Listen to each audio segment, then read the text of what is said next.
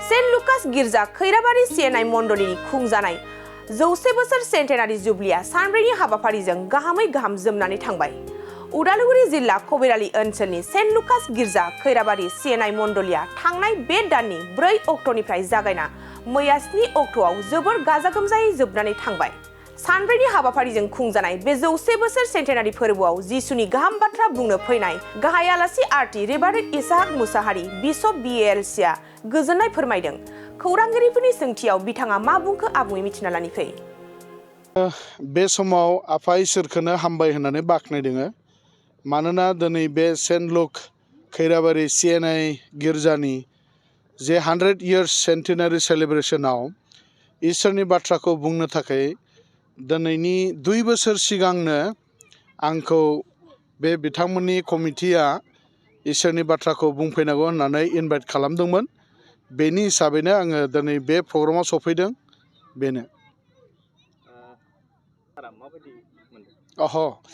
बेथ' एक्चुअलि आं ओरैबायदि मोजां मोनदों। बे गामिया आंनि थाखाय फार्स्ट टाइम आं बे एरियायाव फैफेराखैमोन आरो बिथांमोननो इसोरनि बाथ्रा बुंदोंब्लाबो आंबो गोबां इसोरनि आशीर्बादखौ मोनदों आरो गोबां मानसिजों सिनायलायनानै आङो बेबायदिनो मोनथिनो मोनबाय आरो गोजोननाय मोनदों आङो। जों दिनै बर' माहारिनि गेजेराव गोबां खृष्टानफोरनि गेजेरावबो जोङो गुबुन गुबुन रोखोमनि डिनोमिनेसनफोर दङ आरो बे डिनोमिनेसनफ्रा जोंनि मोनसे दोलो बायदिसो आरो बे दोलो हिसाबै जोङो गोथां इसोरखौ खुलुमनायनि मोनसे गाव गावनि न'खरनि जेरै जों न'खराव गुबुन गुबुन रोखोमनि थायो बे रोखोमैनो डिनोमिनेसना भाग भाग जादों आरो नाथाय बिजों जेबो जोंहा फाराग गैया। जों गुबुन गुबुन डिनोमिनेसनबाबो जों खृष्टनियाव खौसे आरो खृष्टनियावनो जों सासेल'खाय जोङो गुबुन डिनोमिनेसनब्लाबो जों थांलाय फैलाया दङ आरो जों लोगो लाज्लायनाय दं आरो खौसेथिया गोख्रों दङ। बिनि गेजेरजोंनो जों दिनै इसोर आफाखौ जों सिबिनो मोनदों गोजोनै। बे आसलते दिनैनि बे जोबथा हाबाफारियाव जोंनि गोथां आफा इसोरखौ बाख्नायनो सिबिनो जि गोबां रं बिरंनि मोसानाय मुसुरनायफोर नुदों। बेयो आसलते जों बाइबेलाव नायब्ला नुयो गोदो जेब्ला आफा इसोरा इजराइल हारिखौ मिसर देशनिफ्राय दैखोबोदोंमोन। बे दैखोबोनायाव जेब्ला रेड सीखौ बारदों इसोरनि गिदिर हाबाफारि मावनायखौ नुनानै रंजानायजों बिसोरो इसोरनि सिगाङाव रंजानानै मोसादों आरो मुसुरदों।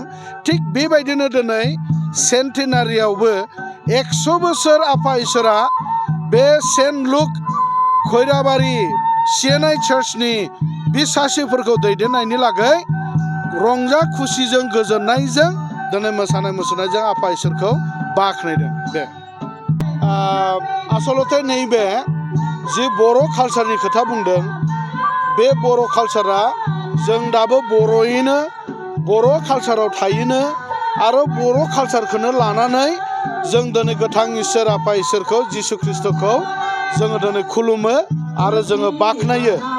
आं फोथायो जे जों बर' माहारि हिसाबै बर' खृष्टानफोरा माब्लाबाबो जों बर'नि मोसानाय मुसुरनाय बर'नि खाम सिफुं दामनाय आरो बर'नि जोंनि हारि माहारिखौ जों माब्लाबाबो नागाराखै। नाथाय जों बेखौ हारि माहारिनि बेबायदिनो मोसानाय मुसुरनायखौनो लानानै जेरै जों बर' हारिनि कालचाराव दं बेबायदि लामाजोंनो जों आसलते इसोरखौ जों बाख्नायो आरो सिबियो। Thank you.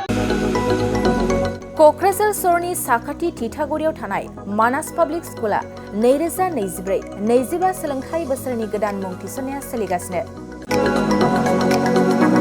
थिथागुरियाव थानाय इंराजि बिजोंनि मानास पाब्लिक स्कुलाव दासान्दि नार्सारिनिफ्राय 8 थाखोसिम गोदानै मुं थिसननाया सोलिगासिनो। बे फरायसालियाव गुनगोनां सोलोंथाइ होनायजों लोगोसे फरायसाफोरनि थाखाय दं मोजां खाबुफोर। थाखो फोरोंथायनि अनगायैबो yoga classes, basic computer education, English speaking skill, maths and science projecting, highly experience faculty आरो स्मार्ट क्लासेसनि खाबुफोर दं।